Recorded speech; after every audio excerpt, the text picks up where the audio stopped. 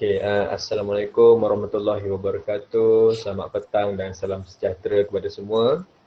Pada hari yang indah ini, bersyukur kita kepada Ilahi kerana dapat dipertemukan dengan orang yang hebat, berketerampilan tinggi dan mempunyai latar belakang yang luar biasa pada hari ini.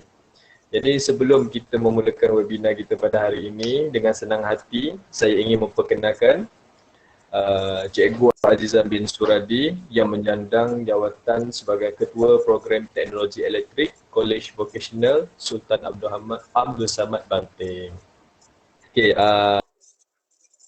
Seterusnya tanpa membuangkan masa, boleh cikgu ceritakan sedikit latar belakang dan mungkin boleh kongsi sedikit sebanyak pengalaman cikgu dalam membangunkan nama PTV ataupun TVET ini. Dipersilakan cikgu. Assalamualaikum warahmatullahi taala wabarakatuh dan selamat petang. Bismillahirrahmanirrahim. Alhamdulillahirabbil alamin wassalatu wassalamu ala asyrafil anbiya'i wal mursalin wa ala alihi washabihi ajmain. Alhamdulillah, bersyukur kita dapat berjumpa pada malam ini dalam webinar berkaitan dengan TVET. Terlebih dulu saya dah mengucapkan terima kasih kepada Siti Karunisa yang telah sudi menjemput saya, juga saudara Adam yang telah menghubungi saya untuk saya menyampaikan sedikit perkongsian, bukannya ceramah, perkongsian berkaitan dengan TVET. Sedikit sebanyak berkaitan dengan modal insan, bagaimana melahirkan modal insan berketerampilan. Sebelum saya teruskan, saya perkenalkan diri saya. Nama saya Cikgu Azizan bin Suradi, berumur 51 tahun, berasal dari Sabak Benam, Selangor. Saya melalui pendidikan TVET daripada seawal tingkatan 4. Pada tahun 1986 saya belajar di Sekolah Menengah Vocational Slim River, dan saya adalah kumpulan terakhir yang mengambil peperiksaan SPVM. Selepas daripada itu, pada tahun 1988 sistem SPVM dia telah menjadi SPM-V. Ada vocational kat belakang.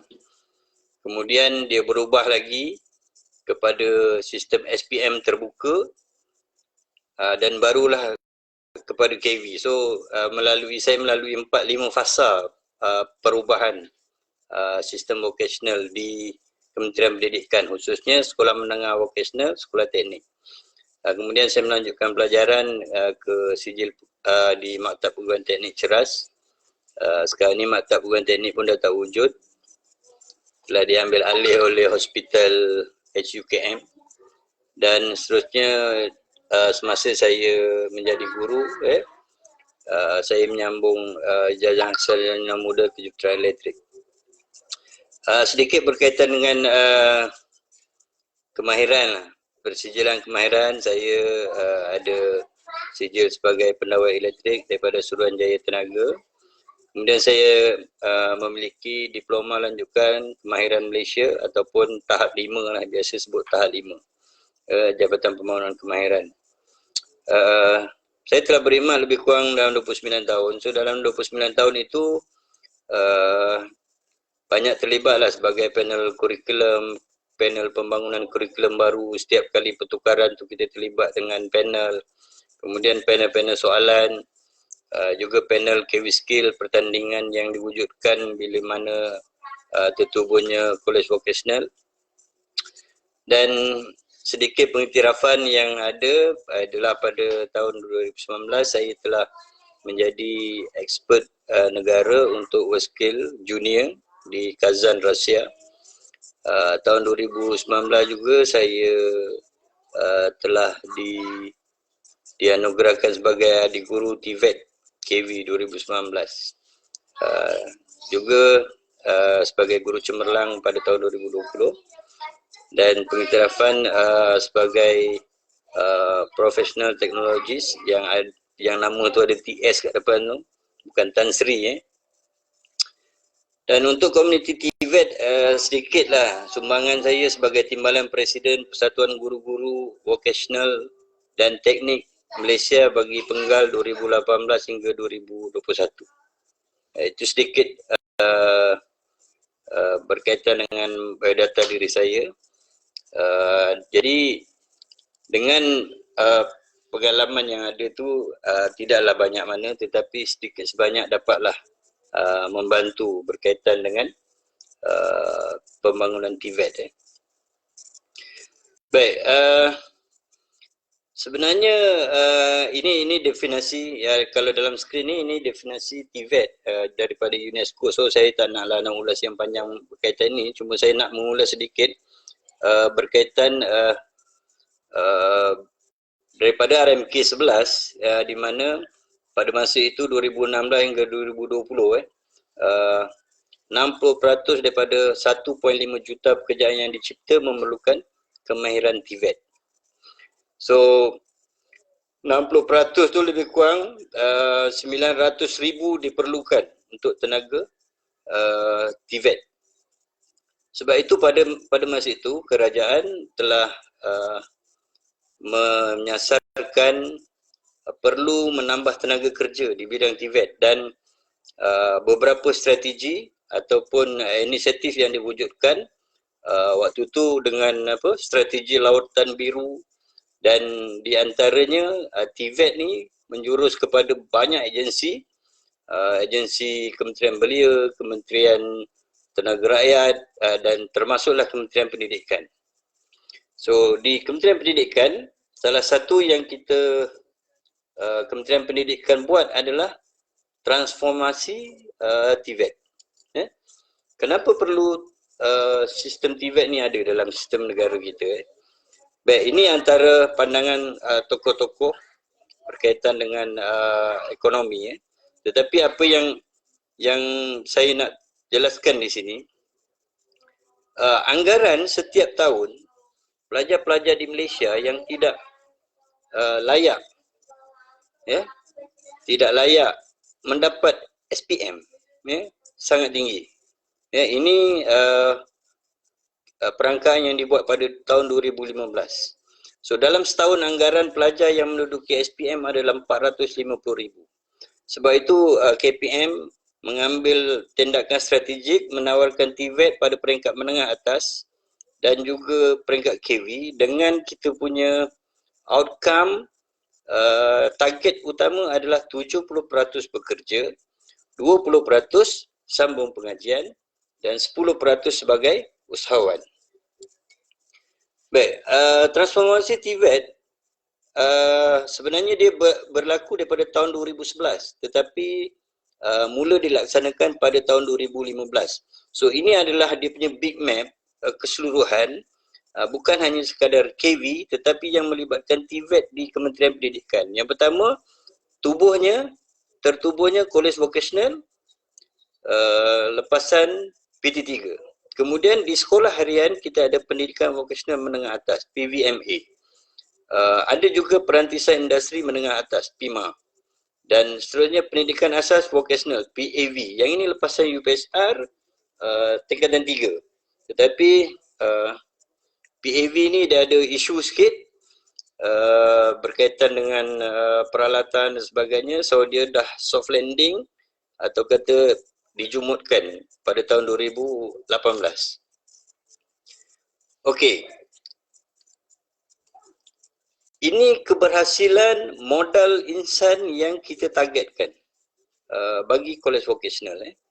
Pelajar KV, saya bercakap hari ini berkaitan dengan pelajar KV, target dia 70% tenaga kerja mahir, 20% melanjutkan pengajian, 10% sebagai usahawan. Jadi berdasarkan tema pada hari ini, untuk menghasilkan modal insan yang berketerampilan ini, KV telah merangka kurikulum, standard kurikulum dia yang mencakupi banyak aspek lah. Bukan hanya sekadar praktikal sahaja, tetapi dia menyeluruh. Kalau tengok keseluruhan struktur dia, memang dia cukup lengkap hingga ke peringkat sebagai usahawan. So saya rasa itu dulu sebagai permulaan pada hari pada malam ni. Kalau ada persoalan ataupun nak dibangkitkan pertanyaan, saya rasa boleh juga bertanya terus supaya tidak terlalu lama tertinggal baru nak tanya balik kan. Kalau waktu saya cakap ada nak tanya, saya persilakan lah. Okey.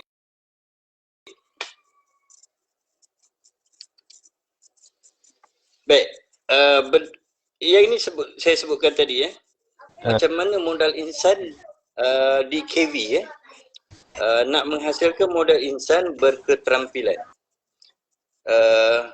Kalau di KV ni kita panggil kunci ni kebanyakan saya rasa di semua KV sangat sinonim lah. Ya.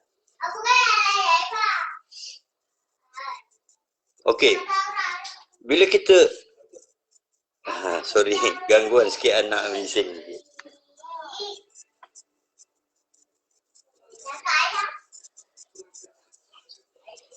Okey. Minta maaf kalau kita sebut kompetensi ni dia yang berkait dengan dia banyaklah. Kita hanya kata kompeten saja. Kompeten tu maksud dia terampil. Tetapi di college vocational kita menggariskan dia punya curriculum standard dia mestilah mencakupi knowledge, kemudian skill, experience dan attitude. Knowledge ni mestilah kita kata lebih kepada teori lah, pembelajaran teori dalam kelas kan. Skill ni secara asasnya pelajar-pelajar yang kita asuh dia dengan kemahiran buat kerja.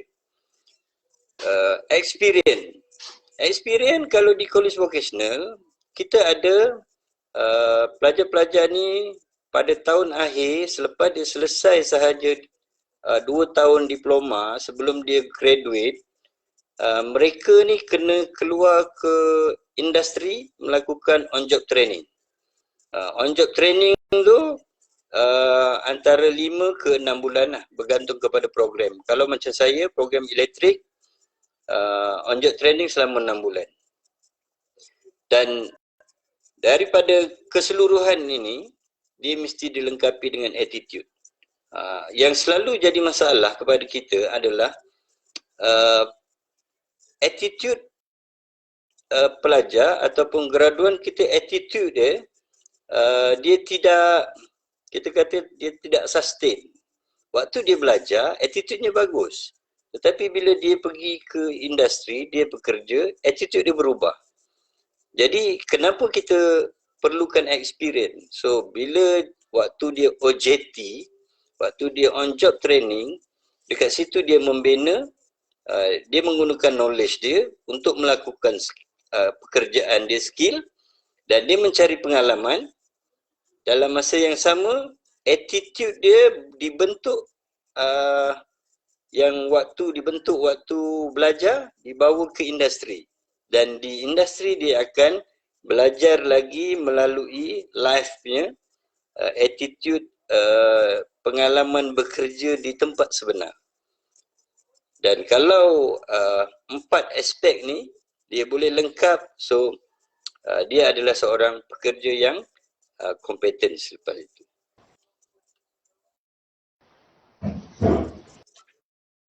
Baik, ini langkah-langkah yang kita kata khusus lah, yang digariskan oleh bahagian pendidikan teknik dan vocational bagi melahirkan modal insan TVET yang kompeten lah. Tapi kita sedia maklum lah, kadang-kadang ada juga yang tidak, orang kata tidak, keberhasilannya tu tidak lengkap. Tetapi hasrat dia mestilah macam ni. Jadi setakat ni inilah kita kata 4 perkara utama yang menjadi pegangan untuk pelajar-pelajar kita kompeten. So bagi melahirkan pelajar yang mahir, bersasiah dan memenuhi keperluan industri, dia mesti kompeten, berpengetahuan, berkemahiran, berpengalaman dan attitude. Attitude sikap dia lah. Attitude ni kadang-kadang bukan hanya sekadar sikap kepada bekerja, tetapi kadang-kadang dia dah menjadi, kita kata macam habit kan, kebiasaan. Itu yang kadang-kadang susah nak berubah.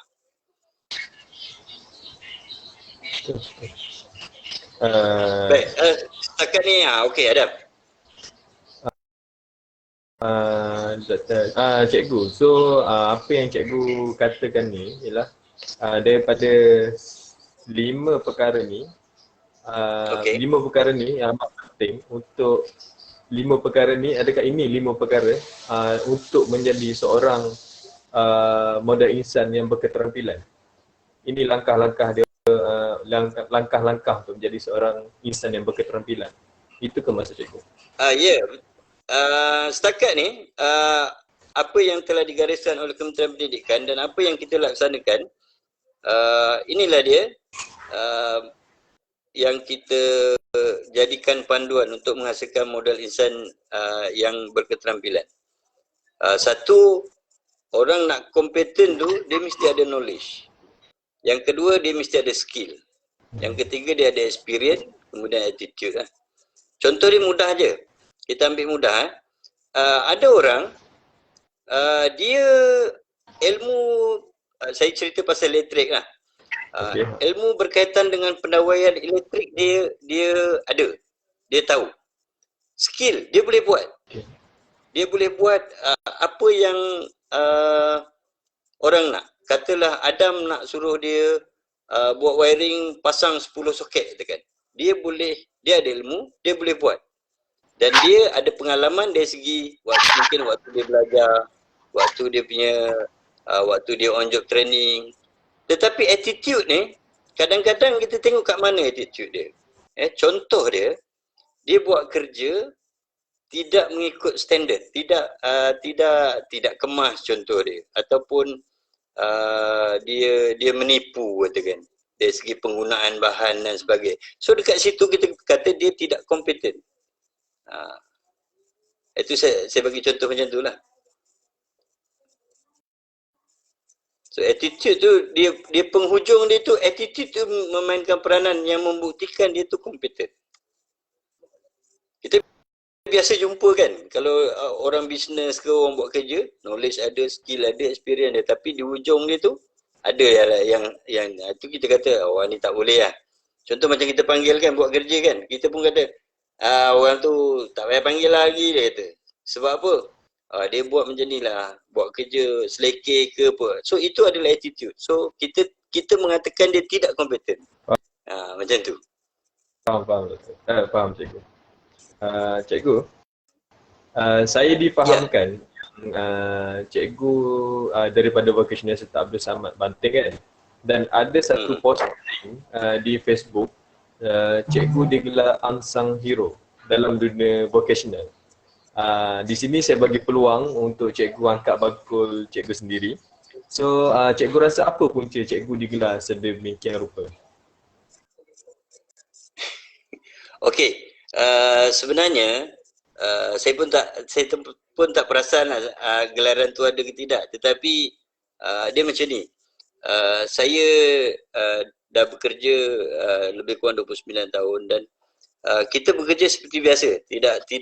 Tidak ada orang kata ni, kita pun tak perasan daripada mana timbulnya cerita tu kan. Mungkin cerita tu timbul bila mana tiba-tiba nama saya naik sebagai expert ke World Skill Junior Kazan kot masa tu. Tetapi saya nak ceritakan sedikit saya bermula di KV Sultan Abdul Samad ni pada tahun 1994. Tetapi saya nak ceritakan bahawa KV Sultan Abdul Samad ni dia adalah satu sekolah yang lama di Banting. Ya.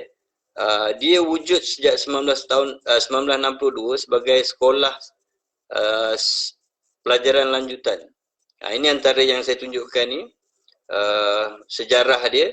Sehinggalah pada tahun 2011 saya terlibat dengan jawatankuasa pengambil alihan sekolah ni untuk dikonvertkan. Pada masa itu belum KV, dia adalah sekolah menengah vocational asalnya.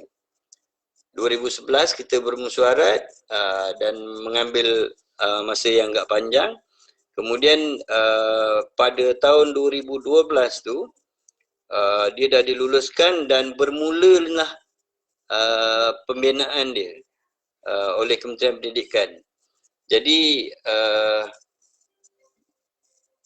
Sekolah Menengah Sultan Abdul Samad ini secara rasminya menjadi KV Sultan Abdul Samad pada tahun 2013. Pada tahun 2013 dia melakukan transformasi dan kohort pertama pada masa itu ada 2 kursus dia. Seni kulineri 30 orang, pengurusan perniagaan 30 orang. Saya masuk ke KV Sultan Abdul Samad ni pada tahun 2014. Mungkinlah pada 2014 sampai ke 2019 tu, selama 5 tahun tu memang kita melalui banyak kepayahan lah. Sebab kita bukan nak memperkecilkan Kementerian Pendidikan, tetapi pengalaman saya di sana antaranya bila mana kita menguruskan satu sekolah yang sedang renovate dengan ada kawasan yang berpagar, bertutup. Kita run 2 kursus dengan bangunan sementara. Antaranya seni kulineri ini pernah menggunakan bangunan perpustakaan sebagai dapur untuk memasak. Dan kantin pernah hanya berada di koridor saja pada masa tu. Memang agak sukar. Tetapi bila mana bangunan keseluruhannya telah siap pada tahun 2014, penghujung 2014 siap keseluruhan dan Kementerian Pendidikan dah menghantar perbekalan, tetapi banyak lagi kelengkapan yang tak cukup. Saya bersama rakan-rakan yang ada tu kebanyakannya cikgu-cikgu yang kurang berpengalaman. So saya antara orang yang lama kat situ lah. Orang yang pernah berkhidmat lama sebagai cikgu, tapi bukan orang lama kat sekolah tu. Jadi dengan pengalaman yang ada tu, kita kerja keras lah. Kita jumpa KV lain, kita jumpa pihak-pihak lain, kita jumpa industri untuk kita upgrade. Apa yang tak ada kita usahakan. Dan kita banyak melakukan hubungan dengan industri. So saya nak ulas sikit kenapa SMK Sultan Abdul Samad ni ditukarkan kepada Kolej Vocasional Sultan Abdul Samad. Pada tahun itu, pada tahun 2010-2011, keadaannya dia sangat berubah tau. Di mana SMK Sultan Abdul Samad tu dia dah jadi, kalau dibanting dia dah jadi macam sekolah buangan. Pelajar-pelajar bermasalah, pelajar India, pelajar Cina yang bermasalah dikumpulkan kat situ. Jadi sekolah tu memang gelaran dia banyak lah. So mungkin ada pihak-pihak yang tak senang dengan keadaan tu dan dia mencadangkan untuk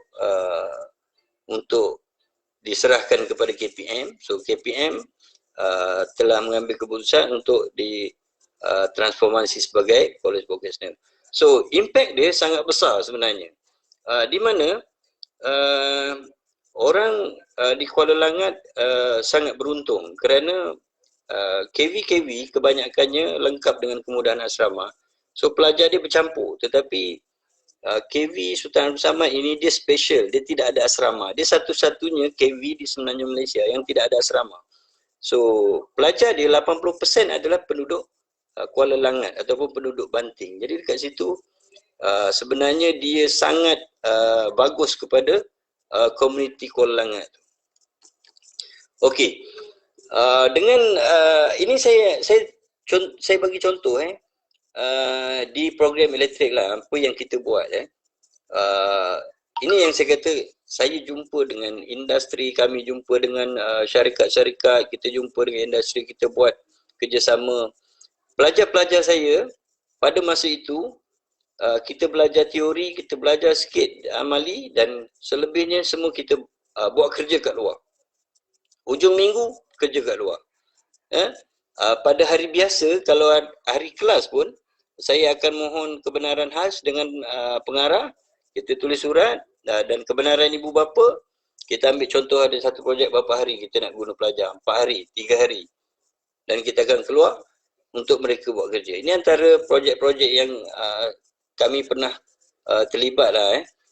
Contoh dia kalau nak pergi Kota Warisan tu ada projek Sarjana KLIA.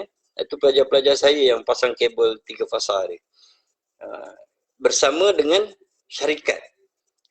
So kita ada kerjasama dengan syarikat yang sangat banyak. Contoh dia kita kalau di Banting tu kita ada syarikat Samad Mukri, kita ada syarikat Tenaga Gadang, Kejuruteraan Elektrik Safian Nur, dan banyak lagi. So kontraktor-kontraktor ni bila saya bagi tahu kalau kata nak guna tenaga, bagi tahu saya akan bawa pelajar-pelajar saya. Dan dalam masa yang sama, pelajar-pelajar ni dia dapat pengalaman bekerja, real situasinya. Dan kalau saya ambil contoh yang ni, pendawaian 3 fasa sebuah rumah ni, banglo 1 tingkat ni, ini memang 100% pelajar saya yang buat. Kita menggunakan syarikat, tetapi syarikat hanya untuk endorse pendaftaran. Begitu juga dengan yang ni. Bangunan 3 tingkat ni di tanah rancangan Belia Bukit Canggang. So ini, dan ni salah satu industri sebagai antara pelopor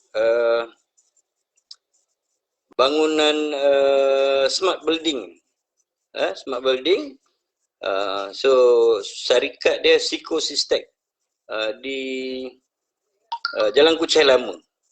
So dia jumpa saya dan dia kata dia nak buat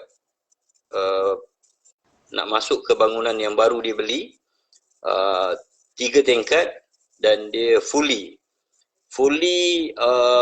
automation building system dan smart building system, termasuk solar system dan water harvest semua sekali lah. Dan dekat sini kita collaborate dengan banyak pusat latihan TVET, antaranya Kolej Komuniti Kuala Langat, Giat Mara Puchong, Kolej Vocational Samad ni pelajar-pelajar saya. Kemudian BMI untuk dia punya sistem water harvest. Econ ada agensi lain. So, saya ingat ada 7 ke 8 agensi kita bergabung untuk menyiapkan bangunan dia. So dalam masa 4-5 tahun tu agaknya terlalu banyak kan yang kami buat, tetapi saya bekerja. So kalaulah orang lepas tu nak gelar apa-apa tu, kita pun tak perasan kan. Tetapi yang paling utama pada masa tempoh transformasi KV tu memang dia banyak isu lah. Isu-isu yang dibangkitkan oleh netizen kalau dekat Facebook, kemudian parent dan sebagainya. So kita yang memang dalam sistem dan kita memahami apa yang kita buat, mana yang saya boleh jawab dalam maya tu, dalam Facebook, saya akan jawab lah. Kita bukan pertahankan benda yang tak betul. Kadang-kadang negatif ini sebab banyak sebab. Mungkin ada kita kata setengah orang tu ada kepentingan tertentu, tetapi kita yang bekerja, kita menghadapinya, kita faham keadaan. So kita cerita yang baik-baik je. So yang negatif, yang ni saya menggunakan persatuan saya Persatuan Buruh Vocational Teknik Malaysia tu untuk berjumpa pihak-pihak tertentu dan kita berbincang semula. Pada tahun saya ingat 2018 saya pun bersama pasukan kita berjumpa dengan menteri pada masa itu, saudara Mazli Malik kan. Kita jumpa berkaitan isu-isu TVET. Kita bentangkan dan kita tidak kita kata kita tidak menyebelah mana-mana. Kita pada satu pihak yang mana KPM tak betul, kita kata tak betul. Yang mana betul, kita kata betul. Dan kita berbincang semula dan alhamdulillah penjajaran tu berlakulah. So mungkin benda-benda macam tu lah kita kata menjadikan macam-macam gelaran orang nak bagi kan. Tapi apa pun gelaran, yang penting daripada dulu sampai sekarang TVET ni adalah jadi keutamaan saya lah. Sebab saya membesar dewasa dengan TVET.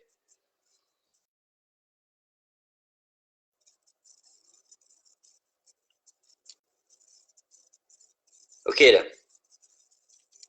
Baik. Ini hasil sepanjang sejak KB Sultan Abdul Samad tu. Okey. Dalam masa yang sama ni, waktu saya di KB Sultan Abdul Samad ni, dalam kita bekerja ni, dalam kita mengajar dengan kerja kat luar, tetapi dia ada lagi satu. Pada tahun 2015 kami di BPL TV bersama kepakaran guru-guru yang ada, kita telah berbincang dan kita telah memulakan kita panggil KV Skill Competition ataupun pertandingan KV Skill. KV Skill ni kita terbuka kepada pelajar tahun 1 sampai ke tahun 1 SVM dan sampai ke tahun 1 diploma. So pelajar-pelajar akan dipilih di peringkat KV. Dia ada banyak bidang lah, macam-macam bidang. Saya sambung lagi sikit berkaitan usaha-usaha kita. Bila kita saya nak share balik link. Boleh.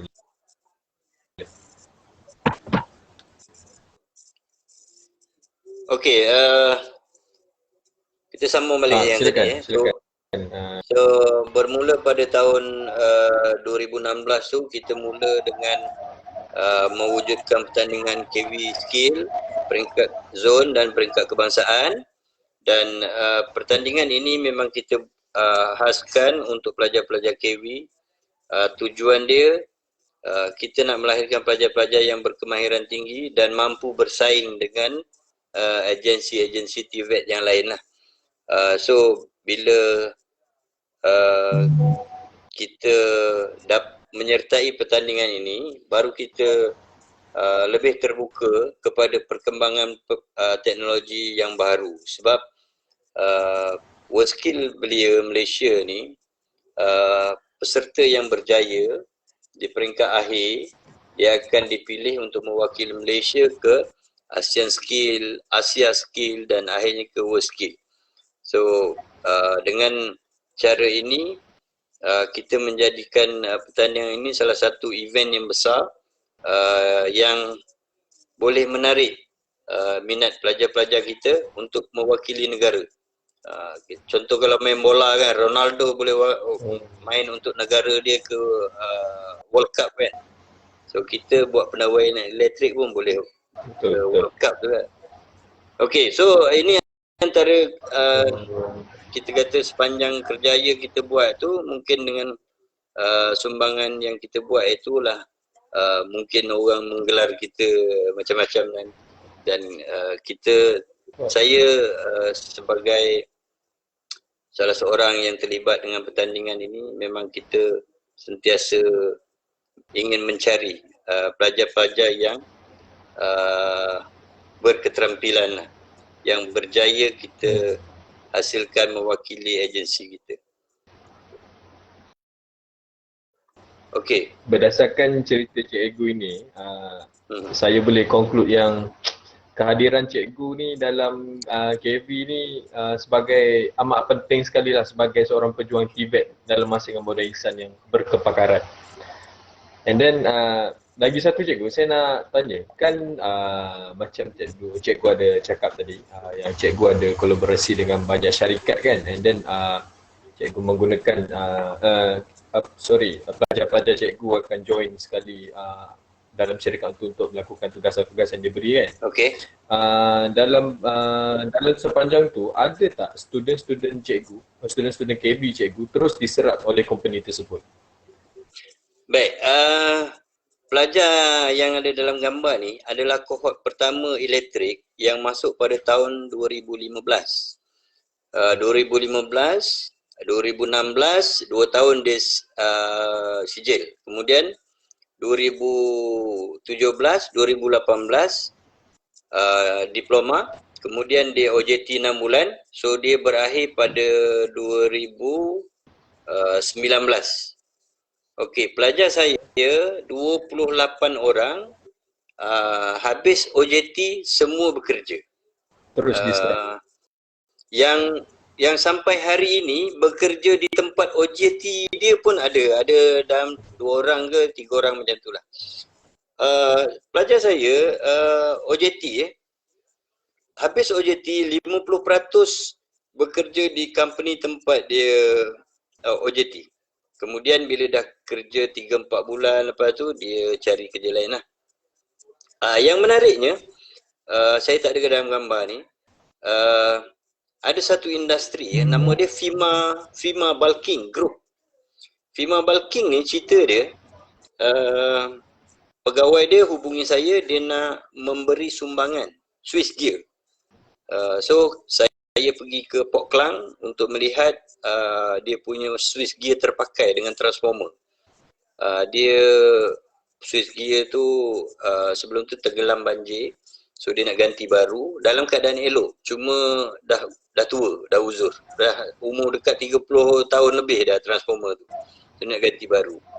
Jadi bila kita berjumpa tu, saya sembang-sembang pelajar apa semua kan, rupanya mereka baru sedar tahu bahawa pekerja-pekerja di FIMA Bulking ni majoriti berumur 40 tahun ke atas. So tidak ada pekerja yang muda. Jadi selepas tu lebih kurang dalam sebulan lepas tu barang-barang tu dihantar ke KV untuk kita gunakan sebagai bahan pembelajaran. Kemudian dia bagi tahu saya, cikgu tolong hantar beberapa orang kepada saya untuk interview. So selepas daripada tu saya hantar 5 orang. 5 semua diambil bekerja dengan FIMA Bulking. Itu salah satu industri lah. So yang lain pun ada yang bekerja di harta lega, kemudian ada yang dengan kontraktor. Okey. Saya nak tanya cikgu satu soalan dululah ya. Okey, pada tahun 2019 cikgu sebagai pada tahun 2019 cikgu sebagai ketua program teknologi elektrik terlibat dalam melatih peserta World Skill Junior Kazan, dan cikgu juga digelar pakar negara. Boleh cikgu kongsikan sedikit sebanyak pengalaman dalam menghasilkan produk vocational yang berkepakaran sampai tahap penyertaan WSJ ni? Silakan cikgu. Baik. Okey, untuk makluman sebenarnya World Skill Competition ni dia peringkat belia bawah 22 tahun. Tetapi dia dekat situ dia ada lagi satu World Skill Junior. World Skill Junior ni bawah 16 tahun. Tetapi untuk makluman sebenarnya pelajar-pelajar ini bukanlah pelajar-pelajar KV nama saya tiba-tiba dilantik sebagai pakar negara untuk membawa tim junior. Saya pun terkejut. Mula-mula dengar tu macam iya ke, sebab saya ada kawan juga nama dia Azizan yang terlibat dengan elektrik ni. Saya ingatkan dia kan, rupanya saya lah. Itu sepintas lalu. Tetapi saya nak kenalkan pelajar ni sebenarnya untuk bidang electrical installation 2 orang. yang ni Saiful dengan siapa lupa dah nama ni. Dua orang ni sebenarnya dia ada pelajar tingkatan 2 dan tingkatan 3 Sekolah Menengah Kebangsaan Tengku Idris Shah Kapar. Ini yang saya sebut tadi. Pelajar ini adalah pelajar dari aliran PAV, Pendidikan Asas Vocational, tingkatan 2, tingkatan 3 budak ni. Kemudian yang perempuan ni dua orang, Alia dengan siapa tadi? Lupa dah nama. Dua orang ni mereka ni dari Sekolah Tun Fatimah Johor Bahru. Dan yang ni Aiman ni dari Sekolah Menengah Sains Tunku Jaafar Kuala Pilah. Jadi jauh-jauh ni daripada Johor, Negeri Sembilan dengan Selangor, berlatih sendiri-sendiri. Yang elektrik berlatih dengan saya lah. Kemudian Jabatan Pembangunan Kemahiran melantik expert negara. So yang drone ni ada wakil daripada syarikat dekat Bangi, jurulatih dia. Pelajar ni robotik daripada KL, dia punya jurulatih. Dan yang pelajar ni daripada Kapar ni berlatih dengan saya dekat Banting. So saya buatkan jadual untuk saya pergi ke Kapar dan juga mereka datang ke Banting. Jadi pengalaman dia memang banyak lah. So dalam masa yang sama, bila pada tahun ini kita pergi ke sana dan kita membawa balik satu pingat gangsa dari tim drone teknologi tu, kita memang sangat bersyukur lah. Maknanya kita pergi tu dengan usaha yang gigih, dengan faktor keuangan dan macam-macam masalah. So dia sangat cabaran sangat hebat lah. Sebab untuk membawa pelajar-pelajar ni ke Kazan, memang kita mengusahakan keuangan. Memang kadang-kadang kita cerita apa ni pun nanti orang marah kan, tapi realiti dia memang usaha sangat gigih lah. Cikgu dia, jurulatih dia ni, Cikgu Faizal ni, cikgu kepada dua pelajar ni, pergi ke Rusia dengan perbelanjaan sendiri. Alia ni cikgu dia datang perbelanjaan sendiri. So bila kita pergi satu tim balik boleh dengan bronze tu memang sangat hebat lah. Dan satu lagi yang saya nak sharekan, ini berkaitan dengan TVET. Sebenarnya bila kita pergi ke Rusia tu, perkembangan TVET di dunia sebenarnya sangat cepat. Dia dekat sana, dia contoh ni, dia skill for the future kan. Waktu kita pergi ke Kazan, dia dipanggil future skill. Future skill ni bidang-bidang baru tau. Ada dekat 30 bidang lebih kurang dia orang perkenalkan, dan ni di peringkat junior. Dan masalah kita nak hantar peserta junior memang susah. Kita tak ada pelajar. InsyaAllah tahun ni WorldSkill Malaysia baru akan mulakan dengan pertambahan. Saya ingat ada 11 ke 12 bidang baru junior kita akan mula. Tetapi masalah dia, dari mana kita nak cungkil pelajar-pelajar ni? Kalau sebelum ni ada PAV dan sebagainya, tetapi mungkin bila PAV tu dah jumut, kita nak mengambil pelajar yang ada kemahiran elektrik tingkatan 1, tingkatan 2, tingkatan 3 ni memang dah tak ada. Kalau macam web teknologi, web design dan sebagainya, itu antara bidang-bidang baru yang akan dicungkil selepas ni. Dan pengalaman yang sangat menarik bila kita lihat peserta-peserta junior negara-negara lain, memang mereka memulakan TVET daripada peringkat rendah. Tetapi kita mula peringkat rendah sebelum ni dah buat, tetapi dia tidak berlaku dengan lancar dan tersekat-sekat. Pada saya bila PAV tu dijumutkan tu maknanya dah tersekat lah. Sedangkan itulah sepatutnya kita buat. Dan kita agak ketinggalan dari aspek junior ni. Ya. Kita hantar, saya contoh elektrik, kita hantar pelajar umur 14 tahun seorang, 15 tahun seorang. Yang bersaing dengan kita, pelajar Rusia baru berumur 12 tahun.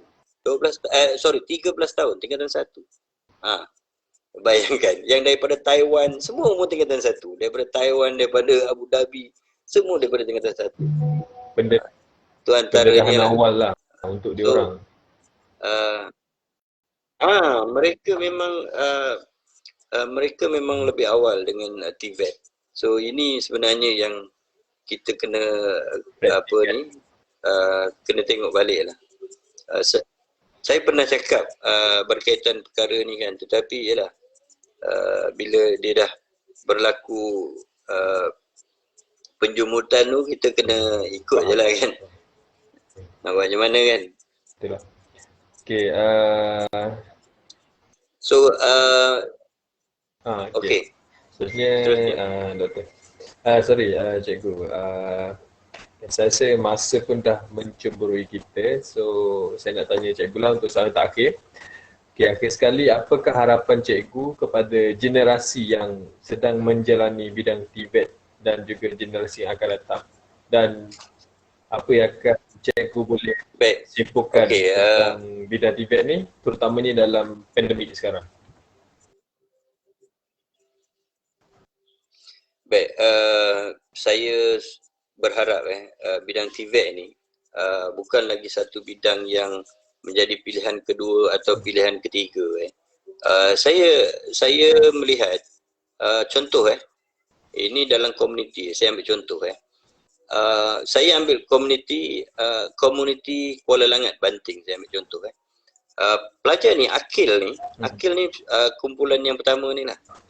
Kalau nak compare dalam ramai-ramai pelajar kumpulan saya ni, dia ni taklah kita kata terlalu hebat, tetapi dia ni nampak peluang. So satu hari bila saya tengah mengajar servis aircon, dia perhatikan, kemudian bila sampai masa praktikal dia jumpa saya. Dia kata, cikgu, saya boleh buat duit dengan aircon, dia kata. Dan alhamdulillah sekarang ni dia dah mempunyai perniagaan. Dia membuka syarikat waktu dia di diploma tahun 1. Waktu saya ajar dia, ada 3 orang, dia dan kawan-kawan dia masing-masing buka syarikat. Dan sekarang ni tiga-tiga ni syarikat ni yang dah hidup lah. Ni Maverick Electric Service ni di Banting, ini kenderaan dia. Dan baru-baru ni sebelum pandemik lah, saya telah bawa dia bersama ni saudara Azli daripada MyRack Malaysia, Persatuan Pembekal Aircon Malaysia, untuk join sebagai vendor. Brand baru aircon Enersafe. Kalau lepas ni nak pasang aircon, bolehlah bagi tahu saya. Saudara Akil ni kalau dekat Banting, dia dealer untuk Enersafe sekarang ni. Dan dia sekarang dah ada kedai dan ada pekerja seramai 4 orang. Baru umur 22 umur. Pekerja ada 4 orang. Dan saya dah bagi tahu dia untuk bulan 3 ni dia sanggup untuk ambil pelajar saya untuk OJT. Dia kata dia akan train macam mana saya train dia untuk bisnes. Dan ini pada tahun lepas lah, saudara Akil ni, saya dapat anugerah Adi Guru TVET 2019 dan Akil ni dapat anugerah alumni 2019. So di komuniti Kuala Langat, pelajar-pelajar KW Sultan Abdul Samad sekarang ni, seingat saya ada 4 atau 5 company. Company aircon ada 2, company elektrik ada 2, dan ada satu lagi yang buat perniagaan bakery. Itu yang dah ada lah sekarang ni. So saya baru cerita pasal bak elektrik, belum bidang-bidang lain yang berniaga online dan sebagainya. So ini KV Sultan Abdul Samad ni dengan TVET-nya telah memberi impak yang besar kepada komuniti Kuala Langat. Dan saya memang berharap KV Sultan Abdul Samad akan lebih berkembang dan kita tengah tunggu akan dibangunkan lagi 4 blok tambahan sebagai bangunan tambahan lagi. So pada masa itu saya ingat kita akan lebih cemerlang lagi lah. Dan harapan saya yang terakhir ini, saya berharap pelajar-pelajar KV ada yang dapat mewakili Malaysia ke World Skills Shanghai tahun 2022. Lepas tu tahun 2021 tapi dah tangguh 2022. Kemudian kita ada Abu Dhabi 20 pun dah tukar 22. Singapura pun dah tukar jadi 22. So kita berharap pelajar-pelajar KV ada yang dapat mewakili Malaysia dan harapan saya pasukan TVET Malaysia mampu membawa pulang pingat emas yang pertama dari World Skills Shanghai. Setakat ni belum ada lagi yang menang pingat emas di World Skills bagi bidang TVET. InsyaAllah akan ada cikgu dan cikgu yang lead team tu. InsyaAllah. So apa yang saya boleh simpulkan ialah ada ni yang malah berkaitan. Ada. Kita sekarang kita dah berada di jam zat akhir di mana kita akan bersama-sama dengan para penonton untuk soal jawab. Kalau penonton ada apa-apa soalan yang berkaitan dengan TVET atau kurang faham daripada apa penjelasan cikgu tadi, boleh tanya melalui komen chat box di bawah. So kat sini kita ada satu pertanyaan daripada Muhammad Ani Roslan. Muhammad dia bertanya, electrical KV mendapat pengiktirafan ST macam college yang lain ke, cikgu? Okey, maksudnya macam mana? Adam? Mungkin apa yang dimaksudkan ni ialah electrical dekat Macam mana? Electrical college electrical dekat college vocational cikgu ni mendapat pengiktirafan Suruhanjaya Tenaga macam college yang lain ke, cikgu? Okey, kita tidak mengambil persijilan Suruhanjaya Tenaga. Kita pelajar elektrik, dia akan habis dengan tahap 3 sijil kemahiran Malaysia. Dan kalau dia sambung diploma, diploma vocational Malaysia akreditasi oleh MQA.